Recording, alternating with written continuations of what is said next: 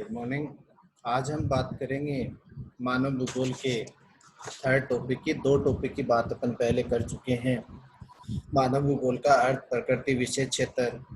दूसरे टॉपिक में अपन ने बात की थी मानव भूगोल की शाखाओं की। तीसरे टॉपिक की अपन बात करते हैं मानव भूगोल के मूल सिद्धांत। अब मानव भूगोल के मूल सिद्धांतों की अपन बात करें तो जैसा अपने पहले अध्ययन किया कि मानव भूगोल में मानव का अध्ययन है, मानव से संबंधित क्रियाओं का अध्ययन है, मानव वातावरण के अंतर संबंधों का अध्ययन है। तो वो अध्ययन, चाहे मानव का अध्ययन हो, मानव के वातावरण के साथ अंतर संबंधों का अध्ययन हो, चाहे मानव से संबंधित क्रियाओं का अध्ययन हो, वो अध्ययन किसी न किसी रूप में किसी न किसी क्रिया पर निर्भर करता है, किसी न किसी मूल सिद्धांत या उपागम पर निर्भर करता है। भूगोल का प्रत्येक दृश्य, चाहे वह प्राकृतिक वातावरण से संबंधित हो या सांस्कृतिक वातावरण से संबंधित हो, प्रतिपल परिवर्तित होता रहता है। तो परिवर्तन की जो क्रिया है, चाहे मानव में परिवर्तन हो, मानव की क्रियाओं में परिवर्तन हो, मानव वातावरण के अंतर संबंधों में परिवर्तन हो, तो वो परिवर्तन संबंधी अध्ययन मानव के मूल सिद्धांतों में शामिल किया जाता है। वास्तव में ये परिवर्तन वातावरण के तत्वों के संयुक्त प्रभाव से होते हैं। वातावरण का कोई भी तत्व अकेला कार्य नहीं करता, बल्कि कोई भी भूदृश्य कई कारकों के परिवर्तन के फलस्वरूप अस्तित्व में आता है। अर्थात कि चाहे प्राकृतिक वातावरण हो, चाहे सांस्कृतिक वातावरण हो, सांस्कृतिक यानी चाहे मानवीय वातावरण हो, तो वातावरण के तत्वों में परिवर्तनशीलता होगी। वो परिवर्तन क्या होगा, वातावरण पर निर्भर करेगा, और वो वातावरण के साथ जो परिवर्तन होगा वो लंबे समय के बाद अस्तित्व में आएगा। जैसे अपन कहें कि किसी भी क्षेत्र विशेष में मर्दा है, वो किसी फसल को उगाने में असमर्थ है, अकेली मर्दा, क्योंकि किसी भी क्षेत्र में वनस्पति अंकुरित होती हो, चाहे फसल उत्पादन होता हो, फसल का विकास होता हो, तो उसके लिए मर्दा के साथ तापमान की भी आवश्यकता होगी, वर्षा की भी आवश्यकता होगी, अन्य भौगोलिक जो कारक हैं वो भी उसके अनुकूल होने चाहिए। अकेला जल भी फसल उगाने में असमर्थ होगा। मिट्टी यानी मृदा और जलवायु मिलकर वनस्पति को अंकुरित करते हैं, वनस्पति को विकसित करते हैं। वनस्पति का प्रकार भी जलवायु, मृदा और मानवीय छांट के आधार पर निर्धारित होता है कि वनस्पति जो विकसित होगी या फसल जो उत्पादन होगा वो भी किस पर निर्भर करेगा, जलवायु पर भी निर्भर करेगा, मृदा पर भी निर्भर करेगा, और मानवीय जो आवश्यकता है उस पर भी निर्भर करेगा। तो इस रूप में यदि देखा जाए तो मानव भूगोल के मूल जो सिद्धांत हैं जिन पर मानव का अध्ययन निर्भर करेगा, मानव की आर्थिक क्रियाओं का अध्ययन है वो निर्भर करेगा, मानव वातावरण के जो अंतर संबंध है वो उनका अध्ययन है वो निर्भर करेगा। तो वो कौन से सिद्धांत हैं जिन पर ये सभी बातें हैं वो निर्भर करती हैं, ये सभी अध्ययन है वो निर्भर करता है। उन सिद्धांतों की यदि अपन बात करें तो मानव भूगोल में मूल रूप से 3 सिद्धांत हैं वो काम में लिए जाते हैं, 3 सिद्धांतों का प्रयोग किया जाता है, या उन 3 सिद्धांतों पर मानव की क्रियाओं का और मानव वातावरण के अंतर संबंधों का अध्ययन किया जाता है। उन सिद्धांतों की बात करें तो सबसे पहला सिद्धांत यहाँ पे आप देखिए, क्रियाशीलता का सिद्धांत, जिसको अपन परिवर्तनशीलता का सिद्धांत भी कहते हैं। दूसरा है पार्थिव एकता का सिद्धांत, जिसको अंतर संबंध का सिद्धांत भी कहा जाता है। तीसरा है वातावरण समायोजन का सिद्धांत। तो मानव भूगोल का जो अध्ययन है वो किस पर निर्भर करता है, इन 3 मूल सिद्धांतों पर निर्भर करता है। क्रियाशीलता यानी परिवर्तनशीलता, पार्थिव एकता यानी अंतर संबंध, और वातावरण समायोजन के सिद्धांतों पर है वो अध्ययन निर्भर करेगा। सबसे पहले अपन सिद्धांत की बात करते हैं, क्रियाशीलता का सिद्धांत। अब आप देखिए, क्रियाशीलता का सिद्धांत जैसा नाम से भी स्पष्ट है कि क्रियाशीलता का जो सिद्धांत है उसमें मूल रूप से बात जो आती है कि क्रियाशीलता यानी परिवर्तनशीलता। तो प्रकृति का प्रत्येक जो तत्व है, या अपन यूं कह सकते हैं कि वातावरण की प्रत्येक जो इकाई है वो परिवर्तनशील है। अब चाहे आप उसको प्राकृतिक वातावरण की बात कर लीजिए, चाहे आप सांस्कृतिक वातावरण की बात कर लीजिए, चाहे आप सजीव का उदाहरण ले लीजिए, चाहे आप निर्जीव, चाहे जड़ की बात कीजिए, चाहे आप चेतन की बात कीजिए, यानी प्रत्येक जो क्रिया होगी, चाहे वो प्राकृतिक हो चाहे वो सांस्कृतिक हो यानी जो मानवीय हो, या निर्जीव हो चाहे वो सजीव हो, जड़ हो चाहे वो चेतन हो, तो प्रत्येक तत्व में किसी न किसी रूप में क्रियाशीलता है, यानी उनमें परिवर्तन होगा। कोई भी वस्तु, प्रकृति की कोई भी वस्तु स्थिर अवस्था में नहीं होगी। इसलिए क्रियाशीलता का जो सिद्धांत है उसको परिवर्तनशीलता का सिद्धांत भी कहा जाता है कि परिवर्तन होगा, प्रत्येक वस्तु में, प्रत्येक तत्व में, प्रत्येक इकाई में हर क्षण किसी न किसी रूप में परिवर्तन होता रहता है। इसलिए क्रियाशीलता का जो सिद्धांत है उसको क्या कहा जाता है? परिवर्तनशीलता का सिद्धांत भी कहा जाता है। अर्थात अपन यूं कह सकते हैं, किसके अनुसार? क्रियाशीलता सिद्धांत के अनुसार, कि परिवर्तन प्रकृति का नियम है। सबसे महत्वपूर्ण जो बात है कि परिवर्तन प्रकृति का नियम है। प्रकृति की प्रत्येक जो वस्तु होगी वो हर क्षण परिवर्तित होगी। अब वो परिवर्तन आंशिक हो सकता है, वो परिवर्तन आकस्मिक हो सकता है, वो परिवर्तन दीर्घकालिक हो सकता है, लेकिन परिवर्तन की क्रिया किसी न किसी रूप में अवश्य रहेगी। प्रकृति में प्रत्येक जीव का एक जीवन काल होगा। चाहे यदि अपन जैविक कारक की बात करें, जैसे मानव की बात करें, तो मानव की प्रत्येक जो क्रिया है वो हर क्षण परिवर्तित है, परिवर्तनशील है। जैसे आप मानव की आयु की बात कर लीजिए, तो आयु है वो हर क्षण एक तरफ बढ़ती है, एक तरफ कम होती है। जैसे जैसे समय बढ़ेगा वैसे वैसे उसकी आयु बढ़ेगी और उसकी आयु घटेगी, यानी परिवर्तन होगा। क्रियाशीलता सिद्धांत के अनुसार तीन सबसे महत्वपूर्ण बातें होती हैं, कि उत्पत्ति होगी, उसके बाद विकास होगा और उसके बाद समाप्ति होगी। यानी तीन बातें हैं किसके अनुसार? क्रियाशीलता सिद्धांत के अनुसार, कि उद्भव होगा यानी उत्पत्ति होगी, विकास होगा और उसके बाद समाप्ति होगी। चाहे आप किसी भी क्रिया को ले लीजिए, किसी भी प्राकृतिक या मानवीय कार्य का उदाहरण आप ले लीजिए। जैसे अपन ने कहा कि प्राकृतिक वनस्पति, सबसे पहले वो धरातल पर अंकुरित होगी, अंकुरित होगी तो उसकी उत्पत्ति हुई, उद्भव हुआ।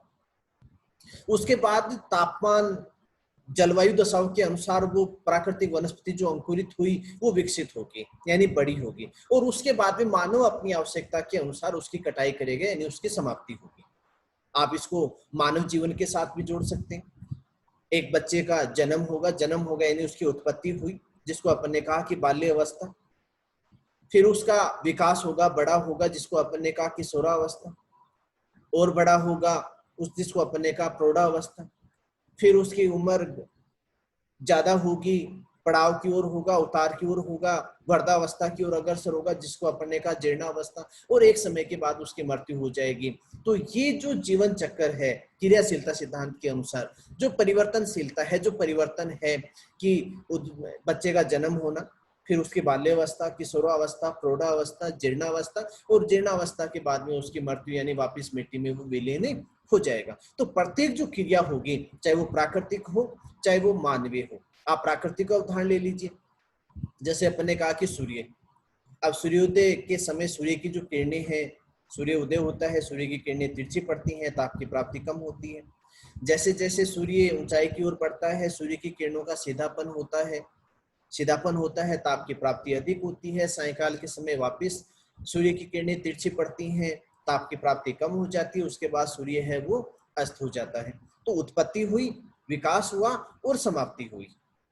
उदय हुआ, दोपहर हुई, अस्त हुआ, तो परिवर्तन होगा। जैसे आप दूसरा उदाहरण ले लीजिए, धरातलीय संरचना का आप ले लीजिए। अंतर्जात बलों के कारण धरातल पर परिवर्तन की क्रिया होगी। धरातल का कोई भाग ऊपर उठेगा, अपर्दन की क्रिया के फलस्वरूप वापस उसके समतलीकरण की क्रिया होगी और एक लंबे समय के बाद वापस समतल मैदान का निर्माण हो जाएगा। तो उत्थित भूखंड अपर्दन की क्रिया के द्वारा वापस समतल मैदान में परिवर्तित हुआ। तो परिवर्तन की क्रिया है, क्रियाशीलता की क्रिया है। तो धरातल पर प्रत्येक जो वस्तु है, प्राकृतिक हो चाहे मानवीय हो, उसमें परिवर्तन है, उसमें गतिशीलता है। प्रत्येक वस्तु क्या है? अस्थिर अवस्था में है। इसलिए क्रियाशीलता का जो सिद्धांत है उसको क्या कहा जाता है? परिवर्तनशीलता का सिद्धांत भी कहा जाता है। और जैसा अभी अपन ने बात की कि क्रियाशीलता सिद्धांत के अनुसार परिवर्तन प्रकृति का नियम है। प्रकृति की प्रत्येक वस्तु में परिवर्तन होगा, चाहे वो आंशिक हो चाहे वो बड़े स्तर पे हो। दूसरी बात अपन ने की कि क्रियाशीलता सिद्धांत के अनुसार उद्भव होगा, यानी उत्पत्ति होगी, फिर विकास होगा और उसके बाद समाप्ति होगी। दूसरी बात यहाँ पे अपन करें, जेन ब्रूस ने एक बहुत अच्छी परिभाषा दी है क्रियाशीलता के सिद्धांत को प्रतिपादन करते हुए। जेन ब्रूस ने क्या कहा कि प्रत्येक वस्तु या तो घट रही है या बढ़ रही है। जैसा अभी अपन ने बात की कि प्रकृति की प्रत्येक वस्तु, चाहे प्राकृतिक हो चाहे मानवीय हो, उसमें परिवर्तनशीलता है, उसमें गतिशीलता है। तो प्रकृति की प्रत्येक वस्तु या तो घट रही है या बढ़ रही है। वास्तव में कोई भी वस्तु गति रहित या स्थायी नहीं है। अर्थात प्रकृति की प्रत्येक जो वस्तु होगी उसमें कोई भी ऐसी वस्तु, कोई भी ऐसी इकाई नहीं है जो स्थायी हो, जिसमें परिवर्तन किसी न किसी रूप में नहीं हो। दूसरी, फ्रेडरिक रेडजेल ने एक बहुत अच्छी परिभाषा दी है।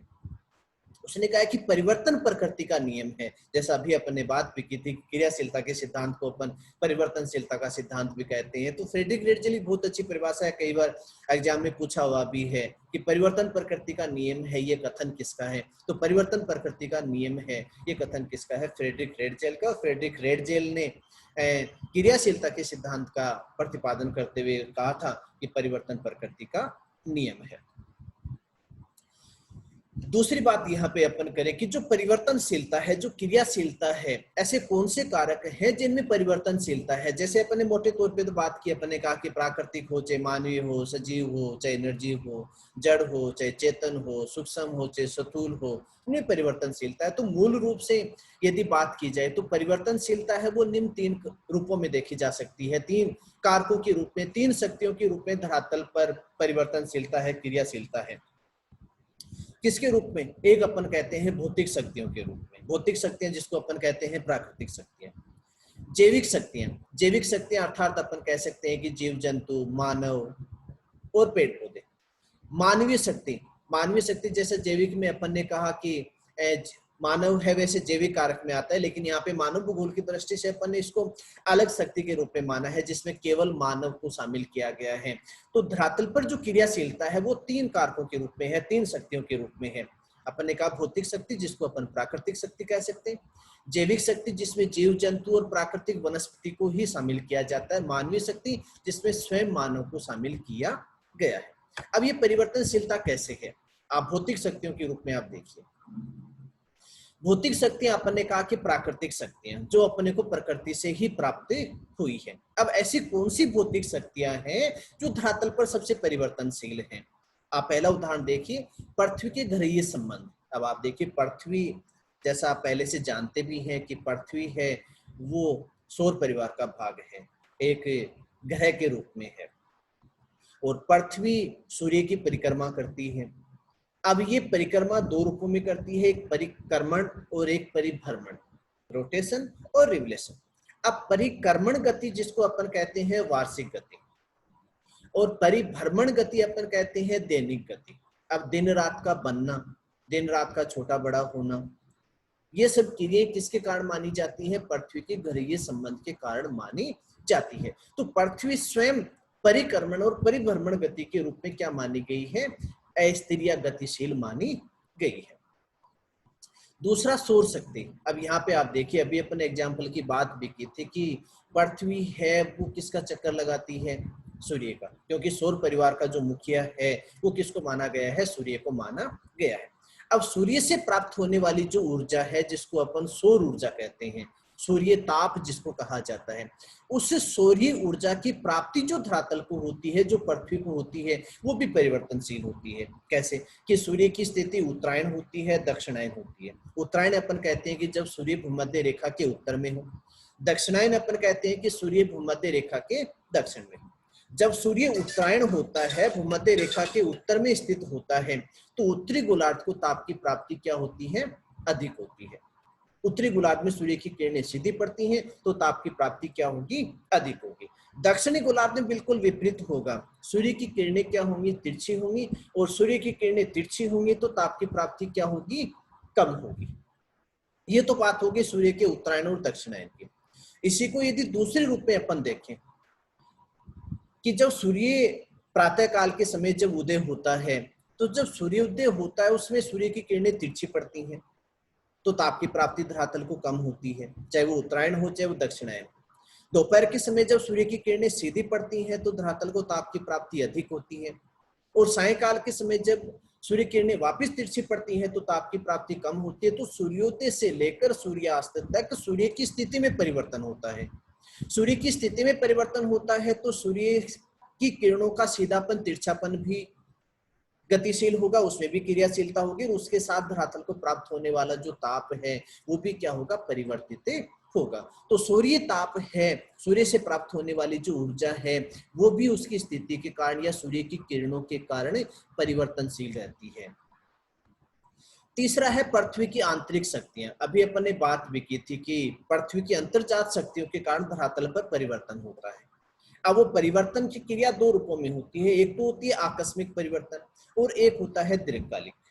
आकस्मिक में जैसे अपने का भूकंप की क्रिया हुई, ज्वालामुखी उद्गार हुआ, हिमस्खलन हुआ, भूस्खलन हुआ, उससे धरातल पर परिवर्तन होगा। और वो परिवर्तन की क्रिया क्या होती है, कुछ ही सेकंडों में, कुछ ही मिनटों में, कुछ ही घंटों में धरातल पर दृष्टिगत हो जाएगी। एक होता है दीर्घकालिक परिवर्तन। अब दीर्घकालिक परिवर्तन क्या होगा कि धरातल के किसी भाग में उत्थान की क्रिया होगी, किसके कारण, अंतर्जात बलों के कारण। धरातल पर परिवर्तन करने वाले जो बल है या धरातल के निचले भाग से क्रियाशील वे बल जिनका प्रभाव धरातल पर दृष्टिगत हो, उन्हें अपन अंतर्जात बल कहते हैं। आंतरिक बल, आंतरिक शक्तियां जिसको अपन कह सकते हैं। तो वो आंतरिक शक्तियों से धरातल पर क्या होगा, परिवर्तन होगा। कैसे होगा कि अंतर्जात बलों के कारण धरातल के किसी भूखंड का किसी भाग पर उत्थान की क्रिया होगी। उत्थान के साथ साथ उसका पूर्ण विकास होगा। जैसे पर्वत निर्माण की क्रिया है वो अंतर्जात बलों का, लेकिन दीर्घकालिक प्रभाव का परिणाम माना जाता है। अब जब उत्थान होने के बाद धरातल पर एक नई क्रिया प्रारंभ होगी, अपरदन की क्रिया। अब वो अपरदन वायु के द्वारा भी हो सकता है, वो वहां की भौगोलिक दशाओं पर निर्भर करेगा। जल के द्वारा हो सकता है, भूमिगत जल के द्वारा हो सकता है, वो सागरीय लहरों के द्वारा हो सकता है। तो धरातल पर अपरदन की क्रिया प्रारंभ होगी और उस अपरदन के फलस्वरूप वो उत्थित भूखंड वापस किसमें परिवर्तित होगा, समतल मैदान में परिवर्तित होगा। और समतल मैदान के परिवर्तन की क्रिया के उत्थान हुआ, अंतर्जात बलों से विकास हुआ, उसके बाद में अपरदन प्रारंभ हुआ, वापस वो उत्थित भूखंड समतल मैदान में परिवर्तित हो गया। तो ये आंतरिक जो शक्तियां हैं, अंतर्जात जो बल हैं, वो भी धरातल पर क्रियाशील अवस्था में माने जाते हैं। चौथा और अंतिम यहाँ पे अपन बात करते हैं गुरुत्वाकर्षण शक्ति। अब गुरुत्वाकर्षण शक्ति, प्रत्येक वस्तु में आकर्षण बल होता है, आकर्षण क्षमता होती है। पृथ्वी में भी आकर्षण क्षमता है जिसको अपन कहते हैं गुरुत्वाकर्षण शक्ति, ग्रेविटी फोर्स जिसको कहा जाता है, न्यूटन ने जिसकी खोज की थी।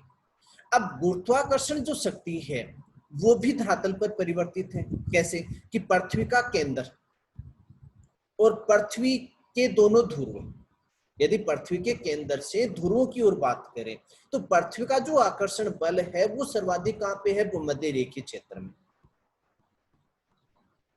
सबसे अधिक गुरुत्वाकर्षण जो बल है वो कहां पे होगा, पृथ्वी के केंद्र पे होगा। और केंद्र से बढ़ती दूरी के साथ गुरुत्वाकर्षण बल है वो क्या होता जाएगा, कम होता जाएगा। यदि भूमध्य रेखीय क्षेत्र की यानी भूमध्य रेखा और दोनों ध्रुवों की तुलना करें तो ध्रुवों पर पृथ्वी का गुरुत्वाकर्षण बल है वो अधिक है, जबकि भूमध्य रेखा पर पृथ्वी का जो गुरुत्वाकर्षण बल है, जो आकर्षण बल है वो कम है। पृथ्वी का जो आकार है वो कैसा है, चपटाकार। और चपटाकार अर्थात दोनों ध्रुवों पर पृथ्वी है वो चपटी अवस्था में है, धसी हुई अवस्था में है। उसका कारण किसको माना गया है, पृथ्वी के गुरुत्वाकर्षण बल को। तो पृथ्वी का जो गुरुत्वाकर्षण बल है वो भी परिवर्तित है। तो भौतिक शक्तियों की यदि अपन बात करें तो पृथ्वी स्वयं परिभ्रमण गति के रूप में गतिशील अवस्था में है।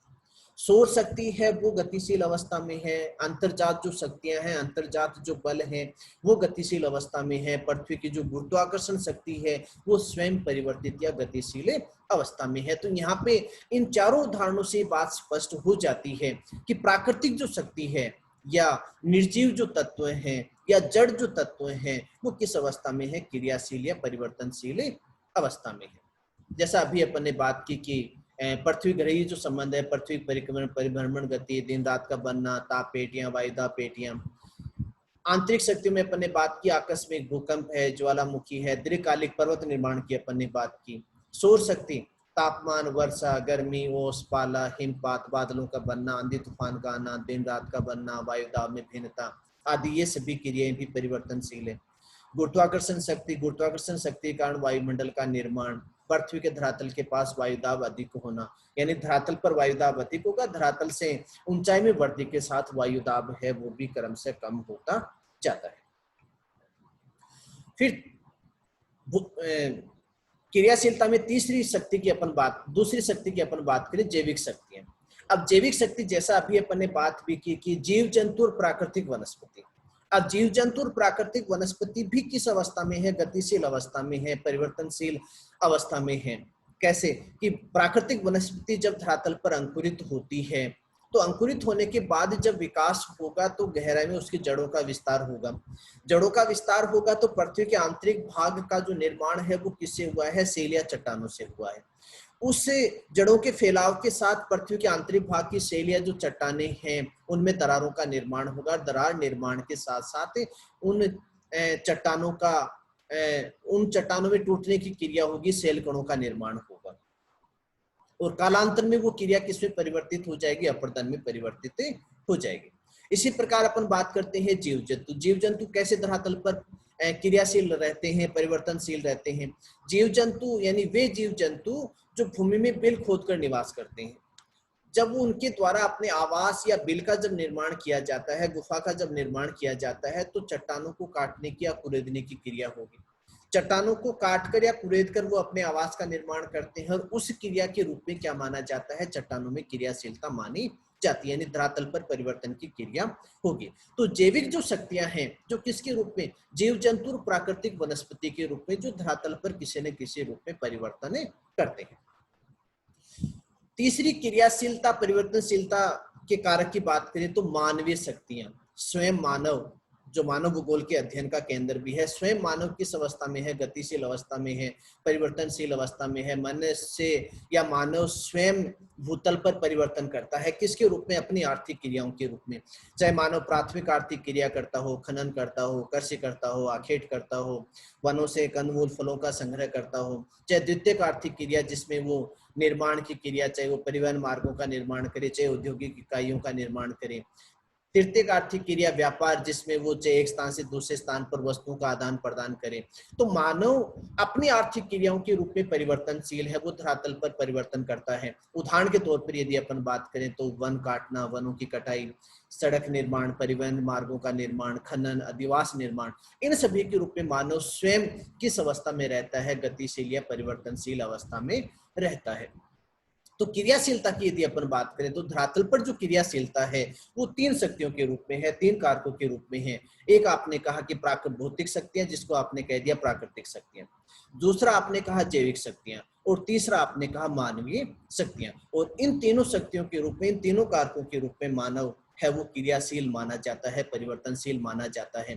और जैसा जेन ब्रूस ने कहा, भी बहुत अच्छी बात इन्होंने कही कि धरातल की प्रत्येक वस्तु या तो घट रही है या बढ़ रही है, यानी कोई भी वस्तु किस अवस्था में नहीं है? स्थिर अवस्था में नहीं है। और जैसा फ्रेडरिक रेडजेल ने बहुत अच्छी बात कही कि परिवर्तन प्रकृति का नियम है। तो क्रियाशीलता के सिद्धांत के अनुसार अपन जो बात करना चाह रहे थे, और मूल रूप से सार की यदि बात की जाए तो क्रियाशीलता का सिद्धांत कहता है कि धरातल की प्रत्येक वस्तु है वो परिवर्तनशील अवस्था में है, गतिशील अवस्था में है। कोई भी तत्व स्थिर अवस्था में नहीं होगा, चाहे वो भौतिक शक्ति हो, चाहे वो जैविक शक्ति हो, चाहे वो मानवीय शक्ति हो। इसके साथ अपना मानव भूगोल का ये पहला जो सिद्धांत है, क्रियाशीलता का सिद्धांत, या जिसको अपन ने कहा परिवर्तनशीलता का सिद्धांत, यहाँ पे पूर्ण होता है। धन्यवाद।